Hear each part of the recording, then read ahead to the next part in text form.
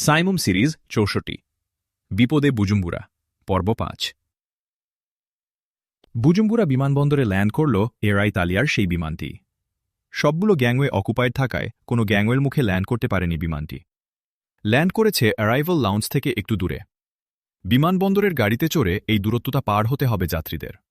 বিমান থেকে নামছে আনা আরিয়া ও চাউসিকো। চাউসিকো আগে, আনা আরিয়া তার পেছনে। বিমানের সিঁড়ি থেকে তারা পা রেখেছে মাটিতে। তাদের সামনেই বেশিরভাগ যাত্রী, তাদের অল্প কিছু পেছনে। সামনের যাত্রীদের বেশিরভাগ গাড়িতে উঠে গেছে। আরও দুটি গাড়ি আসছে।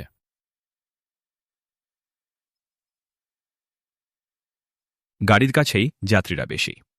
আনা আরিয়ারা যেখানে দাঁড়িয়েছে সে জায়গাটা অনেকটাই ফাঁকা, চারদিকটা আলোকিত। এয়ারপোর্ট বিল্ডিংটা বিমানবন্দরের পূর্বাংশে। এয়ারপোর্ট বিল্ডিংয়ের দক্ষিণ পাশে পূর্ব দিকের সিকিউরিটি প্রাচীরে দুইটা গেট, একটা ঢোকার আরেকটা বের হবার। এয়ারফিল্ডের কর্মীরা এ পথ দিয়ে যাতায়াত করে। আনা আরিয়াদের রানওয়ের সামান্য কিছু পূর্বে একটা কালো মাইক্রো দাঁড়িয়েছিল। তার থেকে আরেকটু পূর্বে আরেকটা পাজেরো জিপ দাঁড়িয়েছিল, তার গায়ে এয়ারপোর্ট অথরিটির মনোগ্রাম। আনা আরিয়া অলস দাঁড়িয়ে এদিক ওদিক চাইবার সময় এসবই তার চোখে পড়েছিল। যাত্রী বহনকারী আরেকটা গাড়ি এসে দাঁড়াচ্ছিল। যাত্রীদের চোখ সেদিকে। দ্রুত এগুচ্ছিল তারা গাড়ির দিকে। আনা আরিয়া ও চাউসিকো তাদের হ্যান্ডব্যাগ হাত থেকে কাঁধে ঝুলিয়ে নিচ্ছে সামনে এগুবার জন্যে। ঠিক এ সময় এদিক ওদিক থেকে চারজন লোক এসে চোখের পলকে ঘিরে ফেলল চাউসিকোকে। একজন লোক চাউসিকোর মাথার উপর একটা কালো কাপড় ছেড়ে দিয়েছে।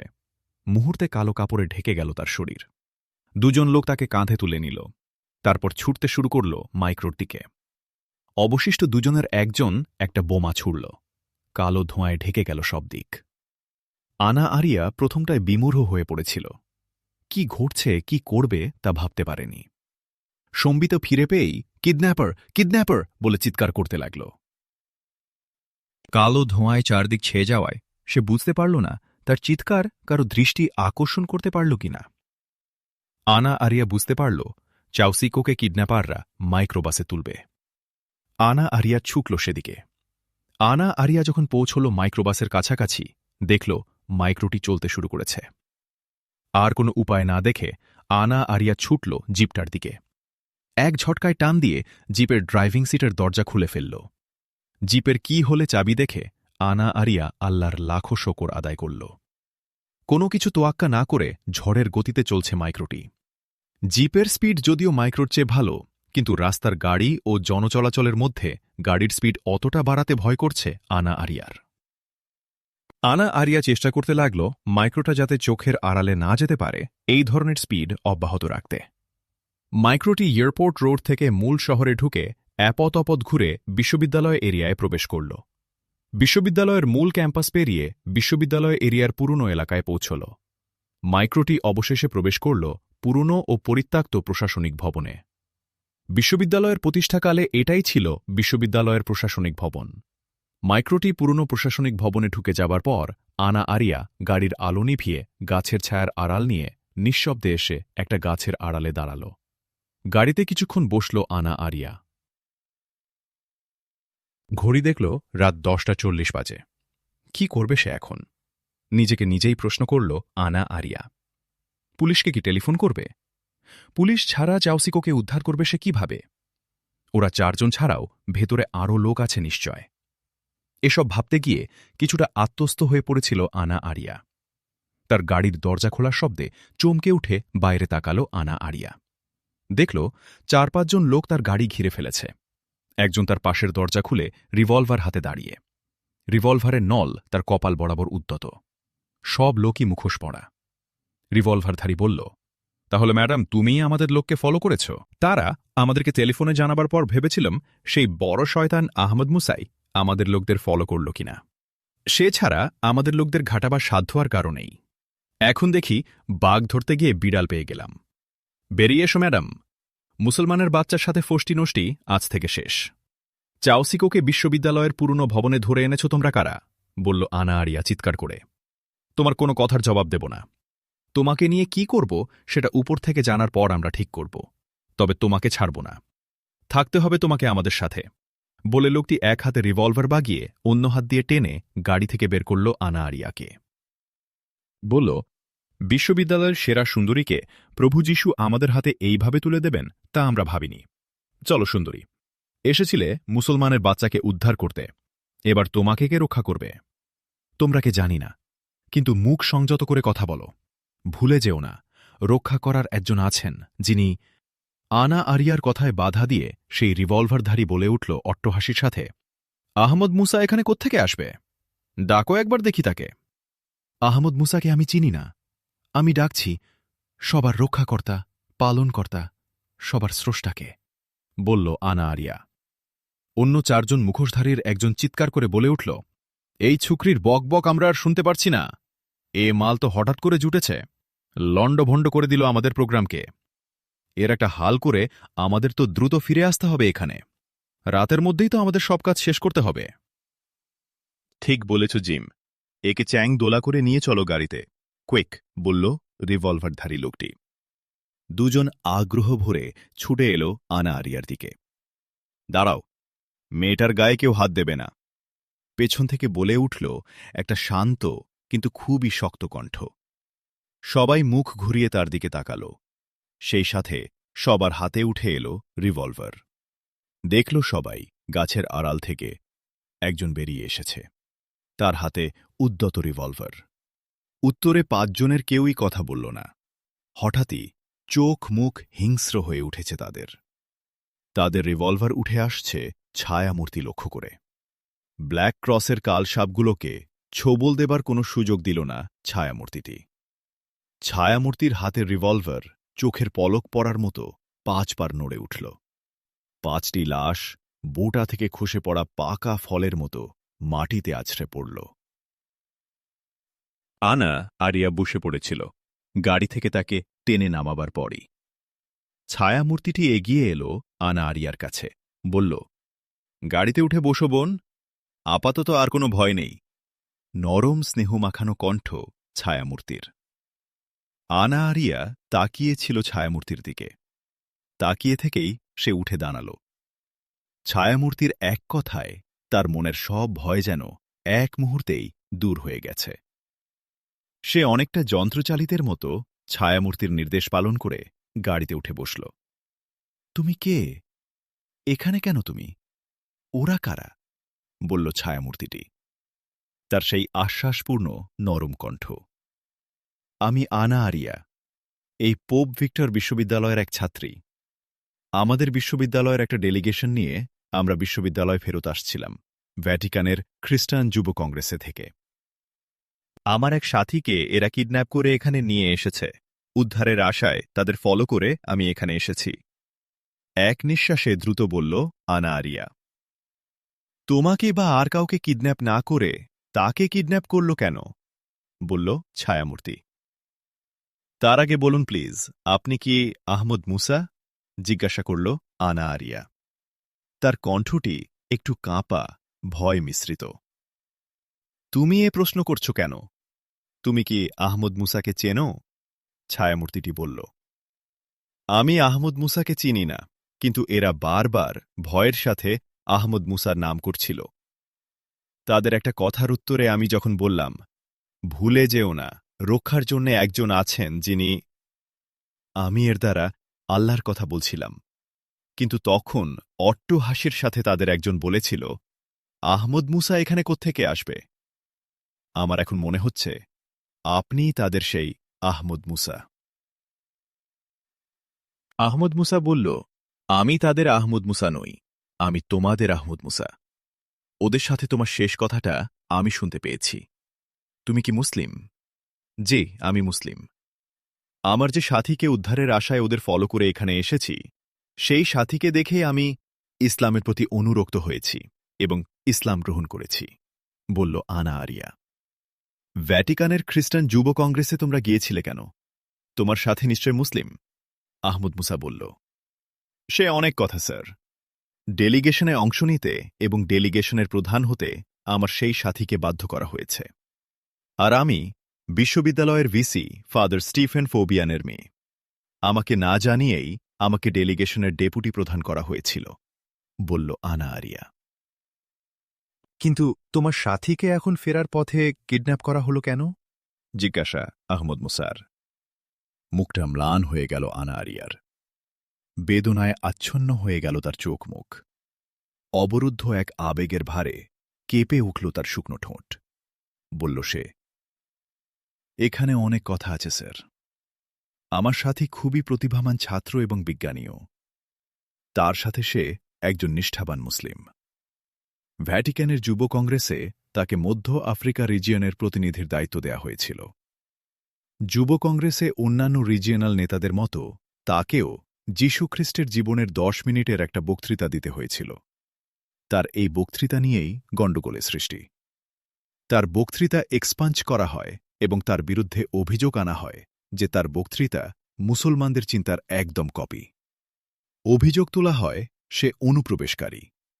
ইতালিতেই তাকে কিডন্যাপ ও হত্যার সিদ্ধান্ত হয়। অল্প সময়ের কারণে ওখানে সে সুযোগ তারা পায়নি। অবশেষে বুজুম্বুরায় ফেরার সময় বিমানবন্দরে নামলেই তাকে কিডন্যাপ করা হয়। আমি জানি না এতক্ষণে তারা ওকে কি করেছে। কান্নায় ভেঙে পড়ল আনা আরিয়ার কণ্ঠ। কেঁদো না বোন, আল্লাহর উপর ভরসা করো। তিনি ইচ্ছা না করলে কিছুই ঘটে না, কিছুই হয় না। এসো আমরা আল্লাহর কাছে প্রার্থনা করি, তিনি যেন দয়া করে সব ঠিক করে দেন। আহমদ মুসা বলল, আমিন। বলল আনা আরিয়া। চোখ মুছল সে। বলল, স্যার, চাউশিকুর কাছেও এমন কথা আমি বারবার শুনেছি। তোমার সাথীর পুরো নাম কি? আহমদ মুসা বলল, স্যার, তার মুসলিম নাম আবিদ ইব্রাহিম চাউশিকো, আর বিশ্ববিদ্যালয়ে ভর্তির সময় যে নাম নিতে তাকে বাধ্য করা হয় সে খ্রিস্টান নাম হল অ্যাডাম আব্রাহাম চাউশিকো। বলল আনা আরিয়া। ধন্যবাদ বোন। কথাটা শেষ করে থামল আহমদ মুসা মুহূর্তের জন্যে। সঙ্গে সঙ্গেই আবার বলে উঠল, শোনো আনা আরিয়া, তোমাকে এখন বাড়ির সামনের দিকে আর একটু এগিয়ে জঙ্গলে লুকিয়ে থাকতে হবে আমি না ফেরা পর্যন্ত। তুমি... আহমদ মুসার কথার মাঝখানেই আনা আরিয়া বলে উঠল, দুঃখিত স্যার, আপনি কোথায় যাবেন? আমি এখন এ বাড়িতে ঢুকব চাউসিকোর সন্ধানে, বলল আহমদ মুসা। আনা আরিয়ার চোখ বিস্ময়ে ছানা বড়া হয়ে উঠল। বলল, আপনি একা ঢুকবেন স্যার? না, আমরা দুজন ঢুকব, বলল আহমদ মুসা। কিন্তু আমাকে তো জঙ্গলে অপেক্ষা করতে বললেন, আনা আরিয়া বলল। তার চোখে মুখে প্রশ্ন। না, তুমি জঙ্গলেই অপেক্ষা করবে, বলল আহমদ মুসা। তাহলে তো আপনি একা, আনা আরিয়া বলল।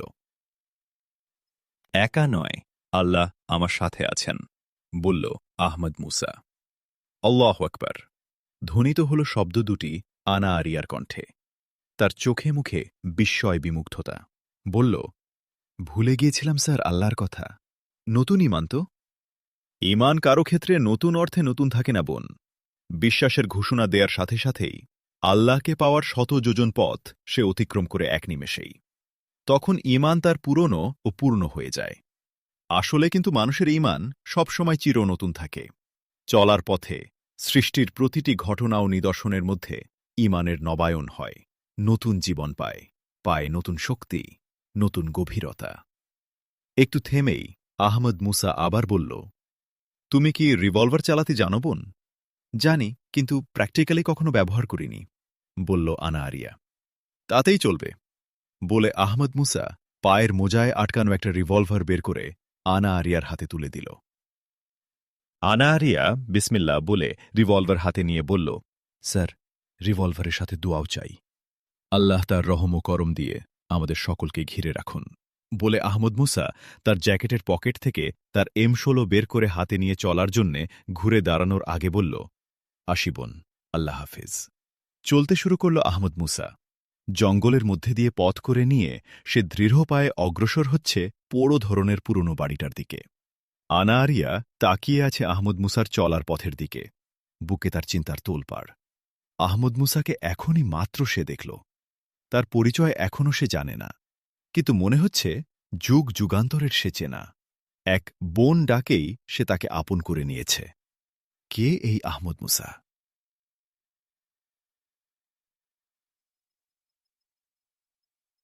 দেখা গেল কিডন্যাপারদের কাছে সে পরিচিত ও ভয়ের বস্তু। ভয়ের বস্তু তো হবেই, ওদের ৫ জনকে সে চোখের পলকে পাখির মতো শিকার করল। ওরা একটা গুলি ছোড়ারও সুযোগ পায়নি। কে সে?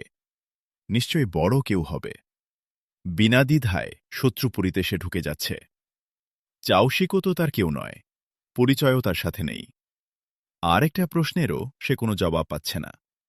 সে কেন এখানে এই সময়? বোঝাই যাচ্ছে সে আগে থেকেই এখানে কোথাও ছিল। কেন ছিল?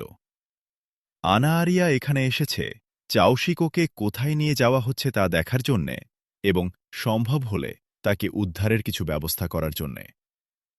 আহমদ মুসারও কি কোনো মিশন আছে এখানে আসার পেছনে? সে যাই হোক, আল্লাহই তাকে এনেছেন আনা আরিয়াকে এবং চাউশিকোকে সাহায্য করার জন্যে। সে এখন মুক্ত তারই জন্যে।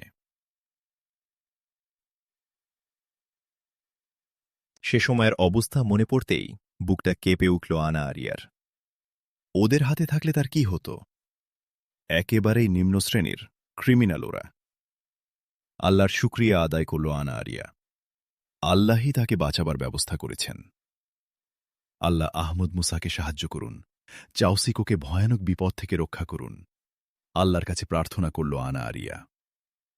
পুরনো বাড়িটাতে প্রবেশ করে ঘর ও ঘর পেরিয়ে বাড়ির মাঝখানে একটা বড় খোলা চত্বরের সামনে চারদিকে ঘোরানো খোলা বারান্দায় নিয়ে দাঁড় করানো হল চাউসিকোকে। বারান্দায় ইতস্তত ছড়ানো কিছু হাতলবিহীন চেয়ার ছিল। এপাশ ওপাশের রুম থেকে আরও জনা ৮ লোক বেরিয়ে এল। সকলে একই বয়সের। একজন চিৎকার করে বলল, ব্রাভো! প্রভু যিশুর শত্রুকে ধরে এনেছিস। এখনো দেখছি আস্ত রেখেছিস। আধ মরা করে জীবন্ত কবর দেব তাকে। বসের সাথে কথা বলার আগে কিছু করা যাবে না। বসকে মোবাইল করছি আমি বলে একজন তার মোবাইল বের করল এবং তাদের বসকে কল করল। স্যার, আমরা লোকেশনে পৌঁছে গেছি। এখন আপনার নির্দেশ বলুন, বলল এ প্রান্ত থেকে লোকটি। উত্তরেও প্রান্ত থেকে কথা এলো। লোকটি ওপার থেকে বসের বলা কথা শুনল। মাঝে মাঝে স্যার স্যার বলল। ওপারের কথা শেষ হলে সে বলল, স্যার, সে আমাদের প্রভু যিশুর শত্রু। সকলেই চাচ্ছে তার উপর তাদের কিছু রাগ মেটাতে। আবার উপর থেকে কথা এলো। শুনল লোকটি। কথা শেষ হল তাদের দুজনের। মোবাইল পকেটে রেখে দিয়ে চিৎকার করে বলল, শোনো তোমরা, যা তোমরা চেয়েছ সে আদেশ বশও দিয়েছে। তার জীবন্ত সমাধির হুকুম হয়েছে। রাত ১২টার মধ্যে সব শেষ করে বসকে জানাতে হবে। আরেকটা খারাপ খবর কিনে দিয়েছেন। আমরা চাউশিকোকে নিয়ে আসার সময় তার সহযাত্রী এবং প্রেমিকা আনা আরিয়া একটা গাড়ি নিয়ে আমাদের ফলো করেছিল। এটা জানতে পেরে বসরা আনা আরিয়াকে ধরার জন্যে ৫ জনের একটা দল পাঠিয়েছিল। এই বাড়ির সামনে আনা আরিয়াকে তারা পেয়ে যায় এবং তাকে আটক করে। তারা জানিয়েছিল আনা আরিয়াকে নিয়ে তারা যাচ্ছে, কিন্তু আনা আরিয়াকে নিয়ে তারা পৌঁছেনি এবং তাদের সাথে যোগাযোগও বিচ্ছিন্ন। সব মোবাইলেই রিং বাজছে, কিন্তু কেউ ধরছে না। এই অবস্থায় বস নির্দেশ দিয়েছেন দ্রুত কবর খুঁড়ে চাউশিকোকে সামলাবার জন্যে। আর তিনি বলেছেন, মারধর বা গণধোলাইয়ের মতো কাজের সময় এখন নেই। আমরা এখন ইমার্জেন্সির মধ্যে। দ্রুত গর্ত খোঁড়ার কাজ চলছে। চাউশিকো সবই শুনেছে। তার মনে কোনো উদ্বেগ বা ভয় নেই। আল্লাহ তার জন্য যা নির্ধারিত রেখেছেন সেটাই হবে। এ দুঃখের মধ্যেও তার খুশি লাগছে। আনা আরিয়া তার জন্য শেষ চেষ্টা করেছে। এই সাথে তার মনে একটা ভয় উঁকি দিচ্ছে। আনা আরিয়ার বড় কিছু ঘটেনি তো? আনা আরিয়াকে নিয়ে তার আটককারীরা যেখানে পৌঁছার কথা সেখানে পৌঁছল না কেন? কি হল আনা আরিয়া এবং তাদের? চাউশিকোর এই চিন্তার মধ্যে একজন এসে তাকে বলল, এই শয়তানের বাচ্চা শয়তান, দেখছিস ওটা কি খোঁড়া হচ্ছে? হ্যাঁ জানি, ওই গর্তে তোমরা আমাকে মাটি চাপা দেবে, বলল চাউশিকো। বলছিস এমন করে যেন তোর শ্বশুরবাড়ি যাবার আয়োজন হচ্ছে। জীবন্ত মাটি চাপা পড়বি, ভয় করছে না? লোকটি বলল। সব মৃত্যুই মৃত্যু, একদিন মরতেই হবে। মৃত্যুকে ভয় পেলে কি তোমরা মুক্তি দিবে? দিবে না। তাহলে ভয় করে লাভ, বলল চাউশিকো। লোকটি চিৎকার করে চাউশিকোর কথা সকলকে জানাল। সঙ্গে সঙ্গে একজন চত্বর থেকে ছুটে এল।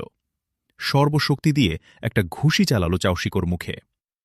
চাউশিকো তার মুখ সরিয়ে বাঁচার চেষ্টা করেনি। ঘুষিটি প্রচণ্ডভাবে আঘাত করল চাউশিকোর মুখে। নাক ও ঠোঁট ফেটে গলগল করে রক্ত বেরিয়ে এল। মার শালা শয়তানের বাচ্চাকে, বড় বড় কথা বলে আরও কয়েকজন ছুটে এল। কিল, ঘুষি, লাথি চলতে লাগল চাউশিকোর উপর। পড়ে গিয়েছিল চাউশিকো। ওই অবস্থাতেই তার উপর চলতে থাকল কিল, ঘুষি, লাথির আঘাত। থামো তোমরা! একটা বজ্রকণ্ঠ চিৎকার করে উঠল। সবাই তাকালো সেদিকে। দেখল একহারা গড়নের চেহারার যুবকটিকে। তার এই বজ্রকণ্ঠের ধরন অচেনা লাগছে। যুবকটির পিঠে আটকে আছে একটা ব্যাগ। লোকরা তাদের আকস্মিকতার বিমূঢ় ভাব কাটিয়ে ওঠার আগেই যুবকটির বজ্রকণ্ঠ আবার ধ্বনিত হল। তোমরা সকলেই হাত তুলে দাঁড়াও! হাত তুলে দাঁড়াতে গিয়ে অনেকেই তাদের অস্ত্র তুলে নিয়েছে হাতে।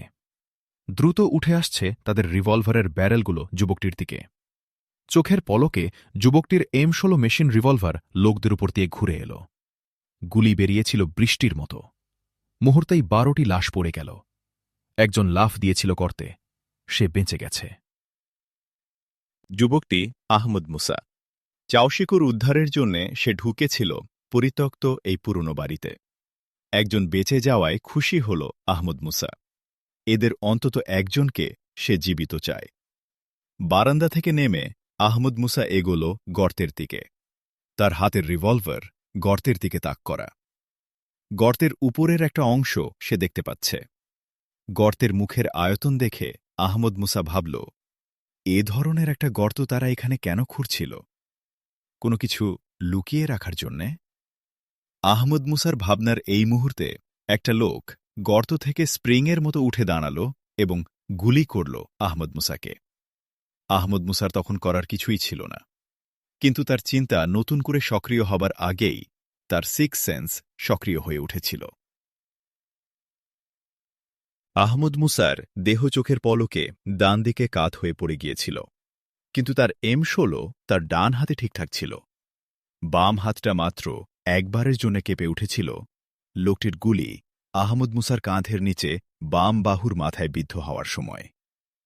আহমদ মুসার দেহ মাটিতে পড়ার আগেই M16 ট্রিগারে রাখা আহমদ মুসার শাহাদাত আঙুলি সক্রিয় হয়ে উঠেছিল। চেপে বসেছিল ট্রিগারে।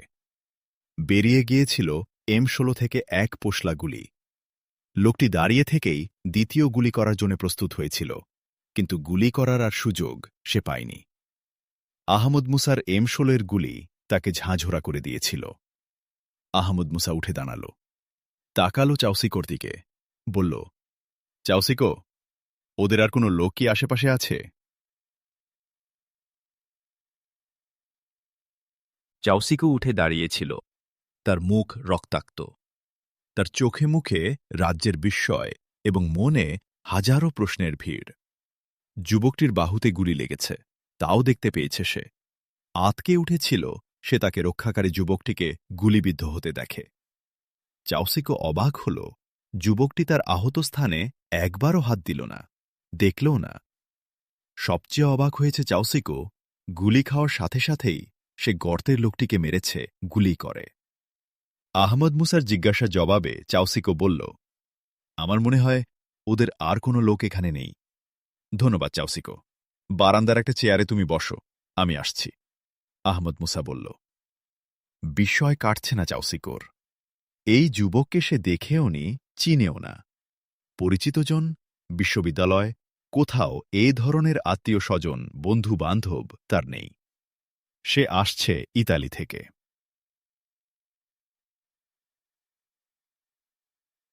বিমানবন্দর থেকে সে কিডন্যাপ হল, কিন্তু কোত্থেকে এলো এই লোকটি তাকে উদ্ধারের জন্যে? শুরু থেকেই সে তার নাম ধরে ডাকছে।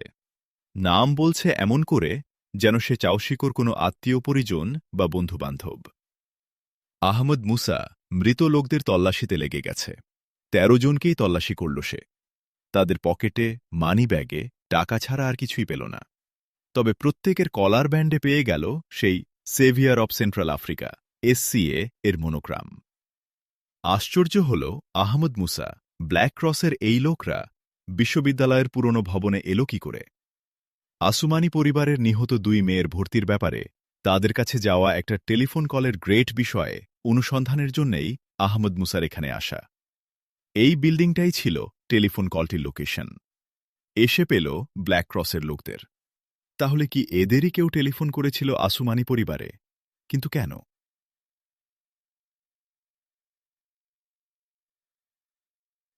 এই কেনর উত্তর খোঁজা আপাতত বন্ধ করে তাকালো চাউশিকোর দিকে। উঠে এলো সে বারান্দায় বসা চাউশিকোর কাছে। বলল, চাউশিকো, তুমি কেমন আছো? কেমন বোধ করছো? ভালো স্যার, কোনো অসুবিধা বোধ করছি না। চাউশিকো বলল, তোমার রক্তাক্ত চেহারা, শরীরের অবস্থা তোমার কথাকে সত্য বলছে না চাউশিকো, বলল আহমদ মুসা। স্যার, আপনি গুলিবিদ্ধ। বাম কাঁধের এ পাশটা রক্তে ভিজে গেছে, কিন্তু আপনি কোনো অসুবিধা বোধ করছেন বলে মনে হচ্ছে না। চাউশিকো বলল। হাসল আহমদ মুসা। বলল, আমি মানুষ, মানুষের সব অনুভূতি আমার আছে। তাহলে আমি অসুবিধা বোধ করব না কেন? কষ্ট পাব না কেন? আমি যথেষ্ট কষ্ট বোধ করছি, কিন্তু কষ্টকে আমি প্রশ্রয় দিচ্ছি না, ধৈর্যের আশ্রয় নিয়ে। ধৈর্যশীলদের সাথে আল্লাহ থাকেন, সাহায্য করেন। একটু থেমেই আহমদ মুসা আবার বলল, সত্যি তুমি ভালো আছো তো চাউশিকো? স্যার, আপনার মতোই আমি ধৈর্য ধরেছি। শরীরে বড় কোনো অসুবিধা আমি দেখছি না স্যার, আলহামদুলিল্লাহ। আলহামদুলিল্লাহ। চলো চাউশিকো, আমরা চলি। হাঁটতে পারবে তো? স্যার, দৌড়াতেও পারব স্যার, চাউশিকো বলল। গুড, এই তো চাই, বলল আহমদ মুসা। দুজনে কথা বলতে বলতে হাঁটতে শুরু করল বাইরে বেরুবার জন্যে। আহমদ মুসা চাউশিকোর নাক, ঠোঁট, মুখ অ্যান্টিসেপটিক মেশানো লিকুইড দিয়ে মুছে দিয়েছে, ওষুধও খাইয়ে দিয়েছে। আহমদ মুসার বাহুসন্ধিতে লাগা গুলি একটা পাশকে আহত করে বেরিয়ে গেছে। আহমদ মুসা তার আহত স্থানের ব্যান্ডেজ নিজেই বাঁধতে যাচ্ছিল। চাউশিকো বলল, স্যার, ফার্স্ট এইড ট্রেনিং আমার আছে, ব্যান্ডেজ বাঁধায় আমি খুব দক্ষ, আমাকে সুযোগ দিন প্লিজ।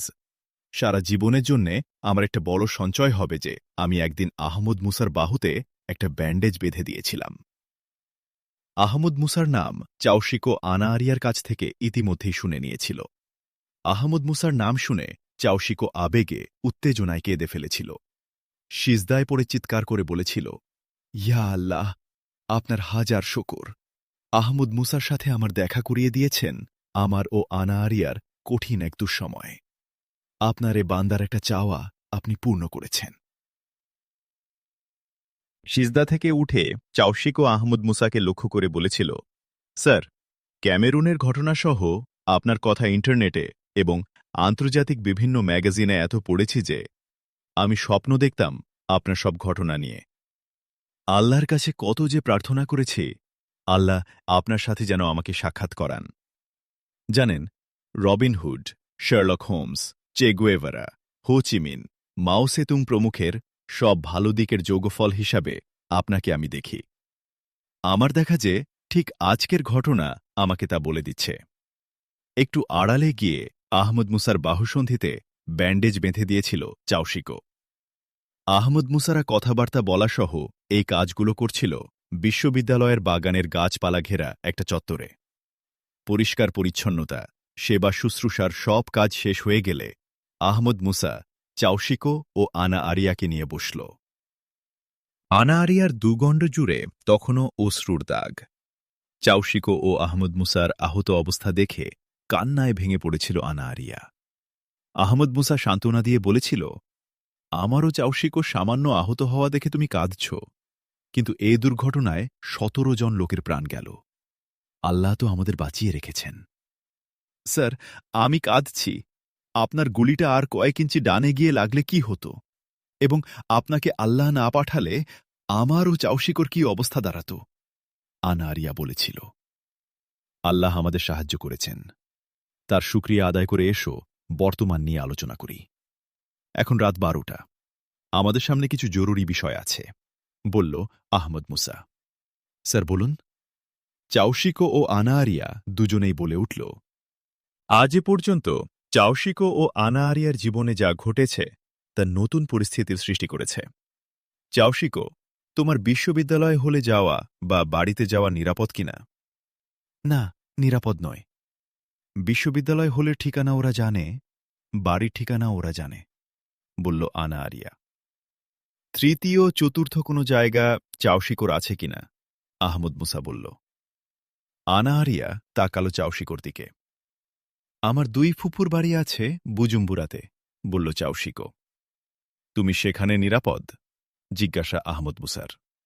জি, নিরাপদ বলে আমি মনে করি, বলল চাওশিকো। ঠিক আছে, আমি সেখানে তোমাকে পৌঁছে দেব, আহমদ মুসা বলল। আহমদ মুখ ঘুরালো আনা আরিয়ার দিকে, বলল, বোন, তুমি তো বাড়িতে যেতে পারবে? রাত 9টার পর থেকে যা ঘটেছে সে সব সংবাদ আমার বাড়িতে পৌঁছে গেছে। অন্তত বাবা সবই জানতে পেরেছেন এবং এখানকার ঘটনাও বিস্তারিত জানবেন। তাই বাড়িতে আমিও নিরাপদ নই। বিকল্প ব্যবস্থা তোমার কি আছে আনা আরিয়া? জিজ্ঞাসা আহমদ মুসার। আমার কোনো বিকল্প নেই স্যার। যে আত্মীয়ের বাড়িতেই যাব, বাবা সঙ্গে সঙ্গেই তা জানতে পারবেন, বলল আনা আরিয়া। সঙ্গে সঙ্গে কথা বলল না আহমদ মুসা। ভাবছিল সে। বলল অনেকটা স্বগতোক্তির মতো, বয়সপ্রাপ্ত মেয়েদের নিরাপদ জায়গা বাপের বাড়ি এবং স্বামীর বাড়ি। আনা আরিয়া, তুমি বাপের বাড়ি নিরাপদ মনে করছ না। আমিও মনে করি। আরও কিছু কারণে তুমি তোমার বাড়িতে নিরাপদ নও।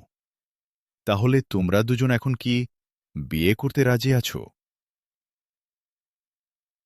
চাওশিকো ও আনা আরিয়া দুজনেই মাথা নিচু করল। দুজনের কেউ কিছু বলল না। আহমদ মুসা বলল, আমরা এখন যুদ্ধক্ষেত্রে। আমাদের সবাইকে বাস্তববাদী হতে হবে। আনা আরিয়া, তুমি খুব সাহসী, স্পষ্টবাদী ও বুদ্ধিমতী মেয়ে। তোমার কাছ থেকে বাস্তব পরামর্শ আশা করি বোন। আনা আরিয়া মুখ তুলল, বলল, ধন্যবাদ ভাইয়া, আমি বিয়েতে রাজি। যে পরিস্থিতিতে দুজন পড়েছি তাতে বিয়ে করার মধ্যেই আমাদের কল্যাণ আছে। কিন্তু ভাইয়া, মন বলছে আমি চাওশিকোকে বিয়ে করছি। এটা আমার মা বাবাকে বলা উচিত। ধন্যবাদ বোন, তোমার মন ঠিক বলেছে। তাহলে তোমরা ওঠো, আনা আরিয়ার বাড়িতে প্রথম যাব, বলে উঠে দাঁড়ালো আহমদ মুসা। উঠে দাঁড়ালো চাওশিকো এবং আনা আরিয়া। আনা আরিয়ার চোখে মুখে বিস্ময়, বলল, ভাইয়া, আমাদের বাড়িতে যাবেন কেন?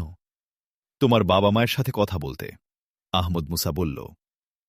আনা আরিয়ার বিস্ময় আরও বাড়ল, বলল, কি কথা ভাইয়া?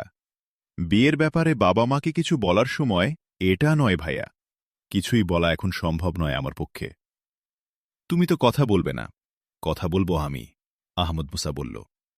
ভাইয়া, আরেকটা কথা, বাবা কিন্তু বিশ্ববিদ্যালয়ের ভিসি শুধু নন, তিনি মধ্য আফ্রিকায় শীর্ষ খ্রিস্টান নেতাদের একজন, বলল আনা আরিয়া। ধন্যবাদ, বিষয়টা আমাকে আরও সাহায্য করবে, আহমদ মুসা বলল। ভয় হচ্ছে আমার ভাইয়া, আপনি যদি সেখানে ভালো ব্যবহার না পান, বলল আনা আরিয়া। খারাপ ব্যবহার পাবার জন্যে আমি প্রস্তুত আছি, আহমদ মুসা বলল। আমাকে আটকে রাখবেন আমার বাবা মা, আমি ভয় করি ভাইয়া, বলল আনা আরিয়া। কোনো ব্যাপারেই কিছু ভেবো না, আল্লাহর উপর ভরসা করো, আহমদ মুসা বলল।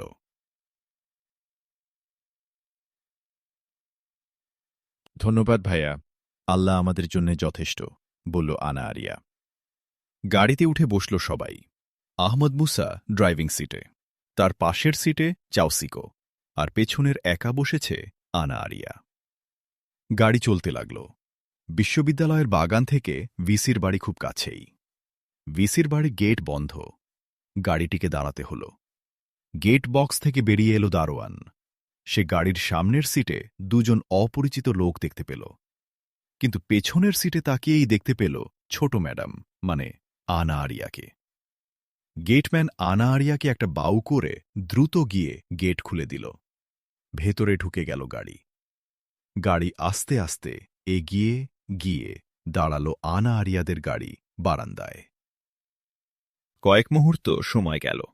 আনা আরিয়া বলল, ভাইয়া, আস্তে 3টা শর্ট হর্ন দিন, এটাই আমার হর্ন কোড। হর্ন দিতে হবে না আনা আরিয়া, তোমার বাবা মা এখনই এসে পড়বেন। আহমদ মুসা বলল, কেমন করে জানবেন তারা? আপনি গেটেও তো হর্ন দেননি, বলল আনা আরিয়া।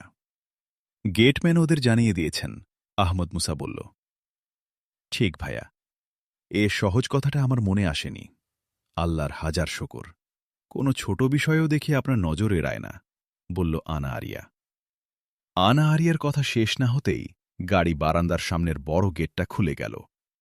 ছুটে বেরিয়ে এলো আনা আরিয়ার বাবা মা। এসে দাঁড়ালো গাড়ির পাশে। আনা আরিয়াও দ্রুত বেরিয়ে এলো গাড়ি থেকে।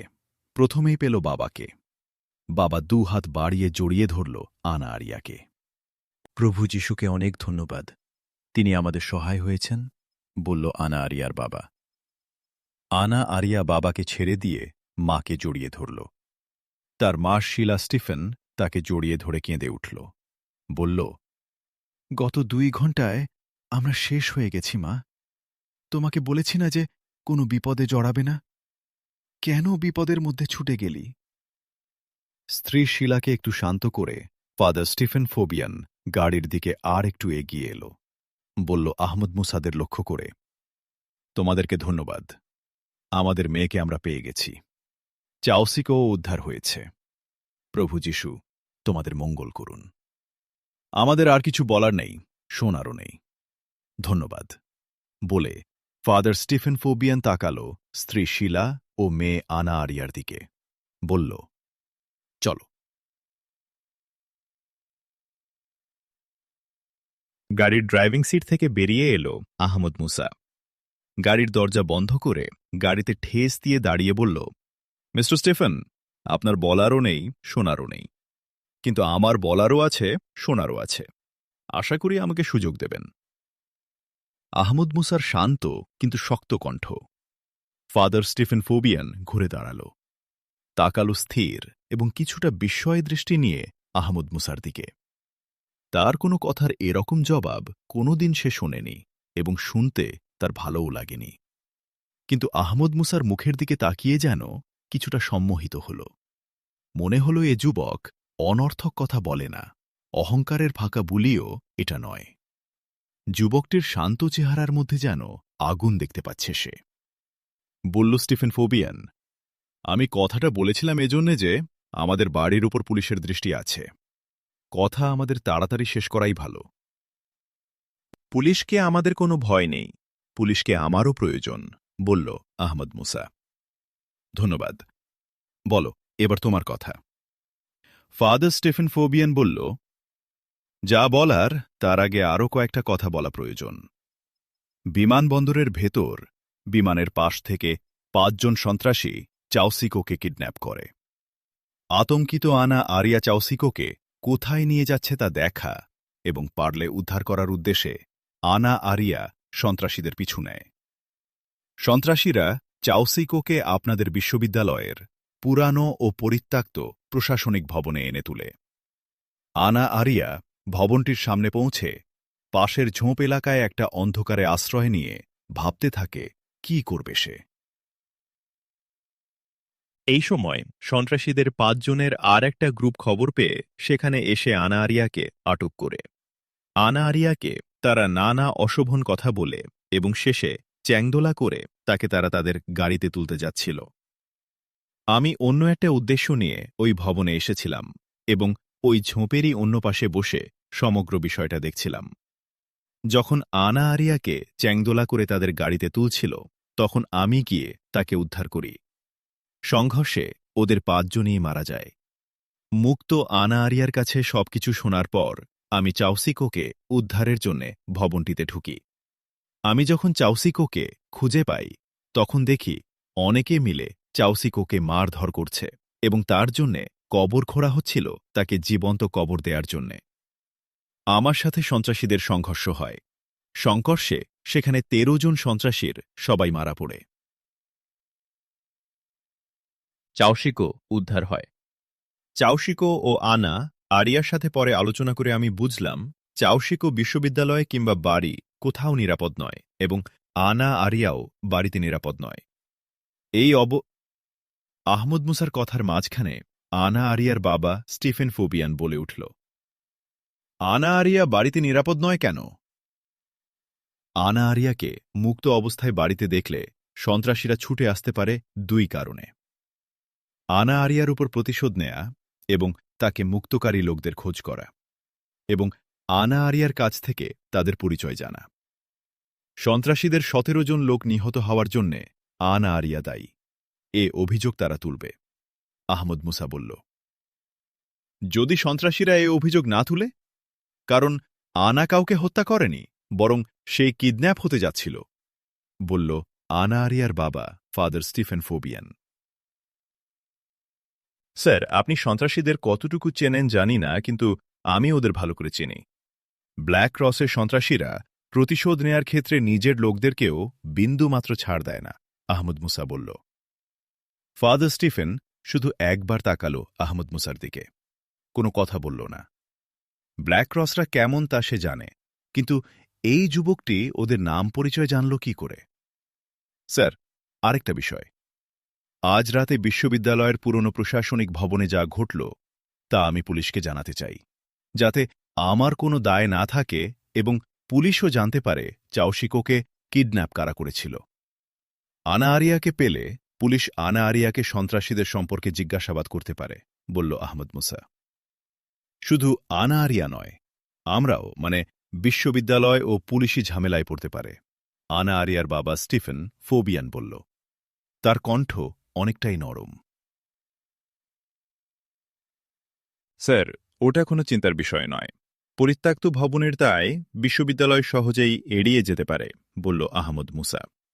ধন্যবাদ ইয়াংম্যান, তুমি ঠিকই বলেছ, বলে একটু থামল ফাদার স্টিফেন ফোবিয়ান। একটু ভাবল, বলল, ইয়াংম্যান, তুমি আনা সম্পর্কে যা বলেছ সেটাও বড় এক বিষয়। সন্ত্রাসীদের ১৭ জন লোক মারা গেছে, অবশ্যই ওরা প্রতিহিংসাপরায়ণ হবে। তারপর ওদের পেছনে পুলিশ তৎপর হলে ওরা আরও ক্ষেপবে। সুতরাং আনা এখানে নিরাপদ নয়, তাকে অবশ্যই ওদের নজরের বাইরে কিছুদিন থাকতে হবে। ভাবছি আমি এই রাতে তাকে নিয়ে কি করা যায়। আমি একটা বাস্তব কথা আপনাকে বলতে চাই স্যার, বলল আহমদ মুসা। বলো, আনা আরিয়ার বাবা বলল। একজন বয়সপ্রাপ্ত মেয়ের আত্মগোপনের জায়গা বাবা মায়ের বাড়ি হতে পারে, অথবা স্বামীর সাথে স্বামীর বাড়ি হতে পারে। আনা আরিয়া বাবা মায়ের সাথে নিরাপদ নয়। দ্বিতীয় বিকল্প হল তার স্বামীর সাথে থাকা, বলল আহমদ মুসা। ও গড, আমার মেয়ের তো বিয়েই হয়নি। দ্বিতীয় বিকল্পের প্রশ্ন তো তার ক্ষেত্রে ওঠে না, আনা আরিয়ার বাবা বলল। আনা আরিয়ার মা কথা শুনে চমকে উঠে তাকিয়েছিল আহমদ মুসার দিকে, তারপর নিজের মেয়ের দিকে। বিয়ে অবশ্যই হয়নি, তবে বিয়ে হতে পারে। কথাটা বলে আহমদ মুসা একটু হেসে আবার বলল আনা আরিয়ার মা বাবার দিকে তাকিয়ে। এই বিষয় নিয়ে আমি আনা আরিয়া এবং চাওসিকো দুজনের সাথেই আলোচনা করেছি। বিয়েতে দুজনেরই মতো আছে। বাবা মা হিসেবে এই ক্ষেত্রে আপনাদের দায়িত্ব বেশি। এখন আপনারা বলুন। আনা আরিয়ার বাবা ফাদার স্টিফেন ফোবিয়ানের মুখ গম্ভীর হয়ে উঠেছে, তবে সেখানে ক্রোধের কোনো চিহ্ন নেই। আর আনা আরিয়ার মায়ের মুখ উজ্জ্বল হয়ে উঠেছে। কিছুক্ষণ দুজনের কেউ কথা বলল না। আনা আরিয়ার মা শিলা, স্টিফেন তাকিয়ে আছে স্বামীর দিকে। কোনো ধর্মমতে বিয়ে হবে? নীরবতা ভেঙে বলল ফাদার স্টিফেন ফোবিয়ান, আনা আরিয়ার বাবা। সঙ্গে সঙ্গেই আনা আরিয়ার মা স্বামীকে বলল, এসব প্রশ্নে আমরা এখন না যাই, মেয়ের উপর ছেড়ে দাও এই বিষয়টা। ফাদার স্টিফেন ফোবিয়ান স্ত্রীকে লক্ষ্য করে বলল, তুমিও তোমার মেয়ে যা ইচ্ছে তাই করো, আমাকে কিছু বলো না। কথাটা বলেই মেয়ে আনা আরিয়ার মাথায় হাত বুলিয়ে দিয়ে দ্রুত হেঁটে বাড়িতে প্রবেশের দরজার দিকে চলে গেল। আনা আরিয়ার মা জড়িয়ে ধরল মেয়েকে। কান্নায় ভেঙে পড়ল মা, মেয়ে দুজনেই। মেয়েকে ছেড়ে দিয়ে একসময় আনা আরিয়ার মা ডাকল চাওসিকোকে। চাওসিকো এলো। তার দুচোখ থেকেও অশ্রু গড়াচ্ছিল। আনা আরিয়ার মা চাওসিকোর ডান হাত নিজের হাতে নিয়ে অশ্রুরুদ্ধ কণ্ঠে বলল, বাবা, তুমি খুব ভালো ছেলে, সোনার ছেলে তুমি। তুমি আমাদের মেয়েকে অবশ্যই ভালো রাখবে, বলে আনা আরিয়ার ডান হাত এনে চাওসিকোর হাতে তুলে দিল আনা আরিয়ার মা। আনা আরিয়া ও চাউশিকো দুজনেই জড়িয়ে ধরল আনা আরিয়ার মাকে। তিনজনের কান্না এক হয়ে মিশে গেল বাতাসে। আহমদ মুসার দুচোখ থেকেও তখন অশ্রু গড়াচ্ছিল। আনা আরিয়ার মা চাউশিকোদের ছেড়ে দিয়ে তাকালো আহমদ মুসার দিকে, বলল, তুমি কে বাবা? সব অসাধ্য সাধনই তুমি করতে পারো দেখছি। 17 জনকে মেরে আনা আরিয়া ও চাউশিকোকে উদ্ধার করলে, দুজনকে একজোড়ায় এনে বাঁধলে, ফাদার স্টিফেন ফোবিয়ানের মতো লোককেও মাত্র কয়েক কথায় বাগে আনলে, আবার তোমার চোখে মানব হৃদয়ের মায়াময় তার বিগলিত রূপ অশ্রুও দেখছি। তুমি তো তোমার নামও বলনি, পরিচয়ও তো দাওনি। মা, ওটা একসময় আনা আরিয়ার কাছ থেকে জেনে নেবেন। মায়ের কাছে সন্তান হওয়াই সবচেয়ে বড় পরিচয়। আমাকেও আপনার এক সন্তান মনে করবেন। আনা আরিয়া আমার বোন, বলল আহমদ মুসা। আনা আরিয়াকে এক পোশলা চুমু খেয়ে তাকে এনে গাড়িতে বসালো আনা আরিয়ার মা। নিজের গলার হীরের নেকলেসটি পরিয়ে দিল আনা আরিয়ার গলায়। চাউশিকোকেও হাত ধরে এনে গাড়িতে আনা আরিয়ার পাশে বসাতে গেল। আহমদ মুসা বলে উঠল, না মা, চাউশিকো আনা আরিয়ার পাশে বসার অধিকার এখনো পায়নি। বিয়ে হয়নি এখনো তাদের। চাউশিকো সামনে আমার পাশে বসবে। কি জানি বাবা, তোমাদের ইসলাম ধর্মের অনুশাসন সব তো আমরা জানি না। তবে এটা ভালো বাবা, আমার ভালো লাগলো খুব, আনা আরিয়ার মা বলল। না মা, ইসলাম ধর্ম শুধু আমাদের নয়, আপনার, আমার, সব মানুষের ধর্ম। এসব এখন বলো না বাছা, আনার বাবা শুনতে পাবে। তাকে আর কষ্ট দেয়া ঠিক হবে না, বলল আনা আরিয়ার মা। গাড়িতে উঠল চাউসিকো। আহমদ মুসা বসল ড্রাইভিং সিটে। পাশেই দাঁড়িয়েছিল আনা আরিয়ার মা। বলল আহমদ মুসাকে লক্ষ্য করে, বাবা, আমার মেয়ে আনাকে নিয়ে এত নিরাপদ বোধ আর কখনই করিনি। তোমাদের সকলের জন্য আমার শুভকামনা। আল্লাহ হাফেজ, বিসমিল্লাহ, বলে গাড়ি স্টার্ট দিল আহমদ মুসা। মুখে হাসি, চোখে অশ্রু নিয়ে হাত নাড়ছিল আনা আরিয়ার মা। গাড়ির ভেতর থেকে হাত নাড়ছিল আনা আরিয়া ও চাউসিকো। দুজনের চোখেও অশ্রু। আনা আরিয়ার হৃদয় জুড়ে আনন্দ বেদনার এক মধুর যন্ত্রণা। আহমদ মুসার গাড়ি চলছে বিশ্ববিদ্যালয় ক্যাম্পাসের মধ্যে দিয়ে। ভাইস চ্যান্সেলরের অফিস পার হয়ে এগিয়ে চলছিল গাড়ি। বিশ্ববিদ্যালয় ক্যাম্পাসে নির্দিষ্ট দূরত্বে আলোর ব্যবস্থা আছে। এর পরেও গোটা ক্যাম্পাস জুড়ে আলো আঁধারির খেলা। সামনেই ডান দিক থেকে আসা একটা রাস্তা আহমদ মুসাদের রাস্তাকে ক্রস করে বামে মানে উত্তরে চলে গেছে, খুব কাছে একটা বিল্ডিংয়ের দিকে। বিল্ডিংটির দিকে চোখ গেল আহমদ মুসার। দেখতে পেল বিল্ডিংটির পাশ থেকে একজন লোক হাত তুলেছে, তাকিয়ে আছে আহমদ মুসার গাড়ির দিকে। রাস্তার ক্রসিংয়ে গিয়ে আহমদ মুসা তার গাড়ি ঘুরিয়ে নিল বাম দিকে। আহমদ মুসার গাড়ি গিয়ে দাঁড়াল লোকটির পাশে। হাত তুলে দাঁড়ানো লোকটি 2 ধাপ এগিয়ে এসে আহমদ মুসাকে বলল, একজন ছাত্র হঠাৎ অসুস্থ হয়ে পড়েছে, তাকে হাসপাতালে নেয়া দরকার। আমাদের গাড়ি অন্য কাজে গেছে। লোকটির কথা শেষ হতেই আনা আরিয়া আহমদ মুসাকে লক্ষ্য করে বলল, স্যার, উনি বিশ্ববিদ্যালয়ের একজন শিক্ষক। আমাদের স্যার, রেভারেন্ড স্যার। ছাত্র কল্যাণের দায়িত্বে আছেন তিনি। আহমদ মুসা গাড়ি থেকে নামল, হ্যান্ডশেক করল রেভারেন্ড স্যারের সাথে, বলল, আপনার উপর একটা মহৎ দায়িত্ব স্যার। যখন যে দায়িত্ব দেয়া হয় সেটাই পালন করি। এর আগে ছিলাম বিশ্ববিদ্যালয়ের প্রক্টরের দায়িত্বে, বলল রেভারেন্ড স্যার হেনরি উইলিয়াম। চলুন আপনার ছাত্রকে দেখি, বলেই আহমদ মুসা গাড়ির দিকে তাকাল। বলল, আনা আরিয়া, তুমি ড্রাইভিং সিটের পাশের সিটে বসো।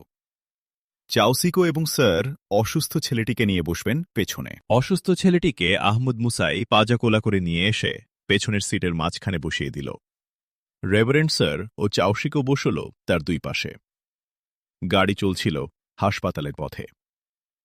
হাসপাতালের নাম ও লোকেশনের বিষয় আগেই বলে দিয়েছে রেভারেন্ড স্যার। রাতের বুজুম্বুরা। রাস্তায় গাড়ি ঘোড়া নেই বললেই চলে। প্রায় ফুল স্পিডে চলছিল গাড়ি। আহমদ মুসার স্থির দৃষ্টি সামনে।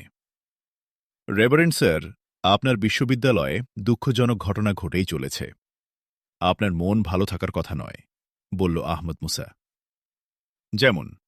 রেভারেন্ড স্যার বলল। বিশ্ববিদ্যালয় লাইব্রেরি থেকে প্রকাশ্য দিবালোকে প্রতিভাবান মুসলিম ছাত্র আবিউলা আমাদি কিডন্যাপড হল এবং নিহত হল মর্মান্তিকভাবে। তার আগে আরেক প্রতিভাবান মুসলিম ছাত্র হেনরি বুফোর্ট মুহিজি এবং সারা সুজন রোজ তাদের বাড়ির সামনে নৃশংসভাবে খুন হল। আর আজ প্রতিভাবান ছাত্র চাউসিকো কিডন্যাপ হয়েছিল। এছাড়া আহমদ মুসার কথার মাঝখানেই রেভারেন্ড স্যার হেনরি উইলিয়াম বলল, চাউসিকো কিডন্যাপড হয়েছিল? ও গড, সে তো ভ্যাটিকান গিয়েছিল একটা প্রতিনিধি দল নিয়ে। আজ ফিরেছে, আজই কিডন্যাপ হয়েছিল, বলল আহমদ মুসা। সত্যি বলেছেন, এসবই খুব মর্মান্তিক ঘটনা। আমার খুব মনে পড়ে হেনরি বুফোর্ট ও সারা সুজনের কথা। ঠিক এই মোড়েই হেনরি বুফোর্ট সংজ্ঞাহীন অবস্থায় পড়েছিল। সারা সুজন আমার সাহায্য চেয়েছিল হেনরি বুফোর্টকে হাসপাতালে নেয়ার জন্যে। সে ছিল দারুণভাবে ভীতসন্ত্রস্ত। তাকে ৫০০ ফ্রাঙ্ক দিয়ে একটা হায়ার্ড ট্যাক্সিতে করে আমি তাকে হাসপাতালে পাঠিয়েছিলাম। পরদিন বিকেলেই হেনরি বুফোর্ট হাসপাতাল থেকে চলে যায়। বাড়ি যাওয়ার কয়েক ঘণ্টার মধ্যেই হেনরি বুফোর্ট ও সারা সুজন খুন হয়। হেনরি বুফোর্ট সংজ্ঞা হারিয়েছিল কেন? জিজ্ঞাসা আহমদ মুসার। আমি জানি না। সারা সুজন জানত কিনা জিজ্ঞাসা করা হয়নি। হাসপাতালেও কোনো রেকর্ড নেই, বলল রেভারেন্ড স্যার। হাসপাতালে তো অবশ্যই রেকর্ড থাকার কথা, নেই কেন? জিজ্ঞাসা আহমদ মুসার। হাসপাতালে এ রেকর্ড কেন? হেনরি বুফোর্টের কোনো রেকর্ডই নেই। সে যে হাসপাতালে ভর্তি হয়েছিল, হাসপাতালে ছিল, সে সবের কোনো কিছুই হাসপাতালের রেকর্ডে নেই, বলল রেভারেন্ড স্যার। আহমদ মুসা কিছু বলল না। রাজ্যের বিস্ময় এসে ছায়া ফেলেছে তার চোখে মুখে। ভাবল সে, হাসপাতালে আরও খোঁজ খবর নিতে হবে এবং হেনরি বুফোর্টের বাড়িতেও একবার তার যাওয়া উচিত। অসুস্থ ছাত্রকে হাসপাতালে পৌঁছে দিয়ে রেভারেন্ড স্যারের কাছে বিদায় নিয়ে আহমদ মুসা এল চাউশিকোর ফুফুর বাড়িতে। চাউশিকো আগেই তার ফুফাফুফিকে মোবাইলে সব কথা বলে রেখেছিল, তাই নতুন করে কোনো বলাবলির দরকার হল না। ফুফাফুফি ভাই ভাবিরা সাদরে চাউশিকো ও আনা আরিয়াকে গ্রহণ করল। আহমদ মুসাকে তারা অনেক ধন্যবাদ দিয়ে অনুরোধ করল, আপনি আসুন ভেতরে, সবার সাথে আপনার পরিচয় হবে এবং এখনকার করণীয় সম্পর্কে আপনার পরামর্শ দরকার। এখনকার করণীয় একটাই, সেটা হল আমার এই দুই ভাই বোন আনা আরিয়া ও চাউশিকোর এখনই বিয়ের ব্যবস্থা করা। আনা আরিয়ার বাবা মার অনুমতি নেওয়া হয়েছে, এখন চাউশিকোর বাবা মা অনুমতি দিলেই হয়ে যায়। আমি এখন বুঝতে পারছি না, আমাকে এখনই স্বরাষ্ট্রমন্ত্রী ও আইজির সাথে দেখা করা দরকার। আমি যাচ্ছি, আপনারা চাউশিকোর বাবা মাদের ডাকুন, আমি কাজ সেরেই চলে আসব।